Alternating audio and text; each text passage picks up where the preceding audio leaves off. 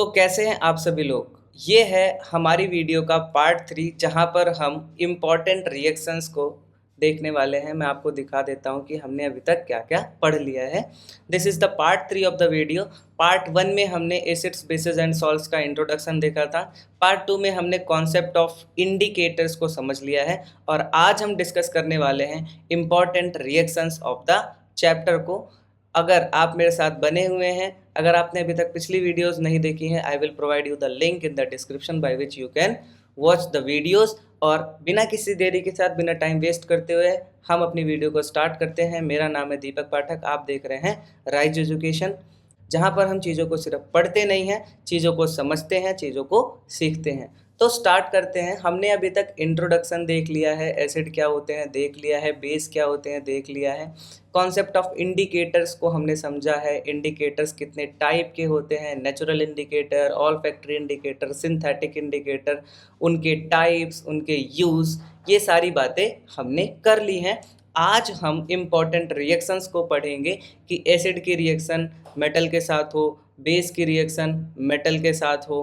इन सारी रिएक्शंस को अच्छे से करेंगे, अच्छे से समझेंगे और अच्छे से देखेंगे और अपनी वीडियो को ख़त्म करेंगे, अपने कॉन्सेप्ट को स्ट्रॉन्ग करेंगे। ठीक है, तो सबसे पहले जो रिएक्शन आती है acid and bases with metal. जब हम एसिड की रिएक्शन मेटल के साथ कराते हैं तो क्या बनता है, सॉल्ट और हाइड्रोजन गैस। सिंपल सा कॉन्सेप्ट है। अगर यहाँ पर मैंने कोई एसिड का एग्जांपल ले लिया, मान लो HCl, और कोई मेटल ले लिया, मान लो मैंने सोडियम, तो यहाँ पे सॉल्ट क्या बनेगा, NaCl, जो कि हमें पता है ये एक कॉमन सॉल्ट है। और फिर Na और Cl जब बन गए तो एक गैस निकली, कौन सी, हाइड्रोजन गैस निकली। ठीक है, बहुत ही सिंपल और बहुत ही कॉमन सी रिएक्शन है। बेस की रिएक्शन अगर मेटल से कराएं फिर भी हमारा सॉल्ट और हाइड्रोजन गैस बन सकता है। तो यहाँ पर मैं एक अगर कंबाइंड रिएक्शन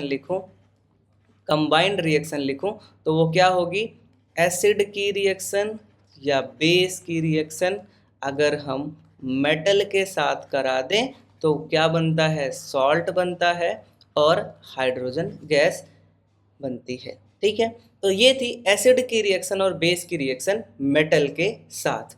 दूसरी रिएक्शन है हमारी एसिड की रिएक्शन या बेस की रिएक्शन किसके साथ, कार्बोनेट के साथ और बाइकार्बोनेट के साथ। जैसे हमने यहाँ पर एक एसिड ले लिया, फिर से HCl, ठीक है, मेटल कार्बोनेट मतलब NaCO3। ठीक है, अब यहाँ पर हमारा सॉल्ट बनेगा NaCl, वाटर बनेगा H2O, और क्या बनेगी, CO2 गैस बनेगी। यहाँ पे देखो Na और Cl बन गए, यहाँ पर CO2 बन गया, और यहाँ का एक ऑक्सीजन यहाँ से इस हाइड्रोजन के पास आया और वाटर बन गया। ठीक है, यहीं पर सेम एसिड की रिएक्शन बाइकार्बोनेट, मतलब यहाँ पर अगर मैं NaHCO3 करता फिर भी जो प्रोडक्ट था वो बिल्कुल सेम बनता। तभी यहाँ पर लिखा हुआ है कि एसिड की रिएक्शन मेटल कार्बोनेट या मेटल बाइकार्बोनेट के साथ अगर होती है तो क्या बनता है, सॉल्ट, वाटर और कार्बन डाइऑक्साइड। ठीक है, CO2 गैस। तीसरी रिएक्शन जो है वो बहुत ही इम्पोर्टेंट है, क्या, न्यूट्रलाइजेशन रिएक्शन। जब एसिड की रिएक्शन बेस के साथ हो और वो सॉल्ट, वाटर और हीट जनरेट करे तो इसे ही हम न्यूट्रलाइजेशन रिएक्शन बोलते हैं। और इससे बहुत सारे क्वेश्चंस हमारे बोर्ड एग्जाम्स के अंदर आते हैं। यहाँ पर मान लो बहुत ही फेमस ये रिएक्शन मैं लिखने जा रहा हूँ, क्या, कि जब HCl की रिएक्शन NaOH के साथ होती है तो एक सॉल्ट बनता है NaCl। इस सॉल्ट का नाम होता है क्या, सोडियम क्लोराइड। इस सॉल्ट का नाम है सोडियम क्लोराइड। और जो इस सॉल्ट को हम कॉमनली बोलते हैं वो बोलते हैं कॉमन सॉल्ट, जो कि हमारे घरों में यूज़ होता है। और इसके अलावा क्या बनता है, वाटर। और ये एक एक्सोथर्मिक रिएक्शन है, इसलिए यहाँ पर हीट भी जनरेट होती है। मैं यहाँ पर ऐसे ऊपर लिख दे रहा हूँ कि ये कैसी रिएक्शन है, एक्सोथर्मिक रिएक्शन है। कैसी रिएक्शन है, एक्सोथर्मिक रिएक्शन है, मतलब यहाँ से हीट जनरेट होती है।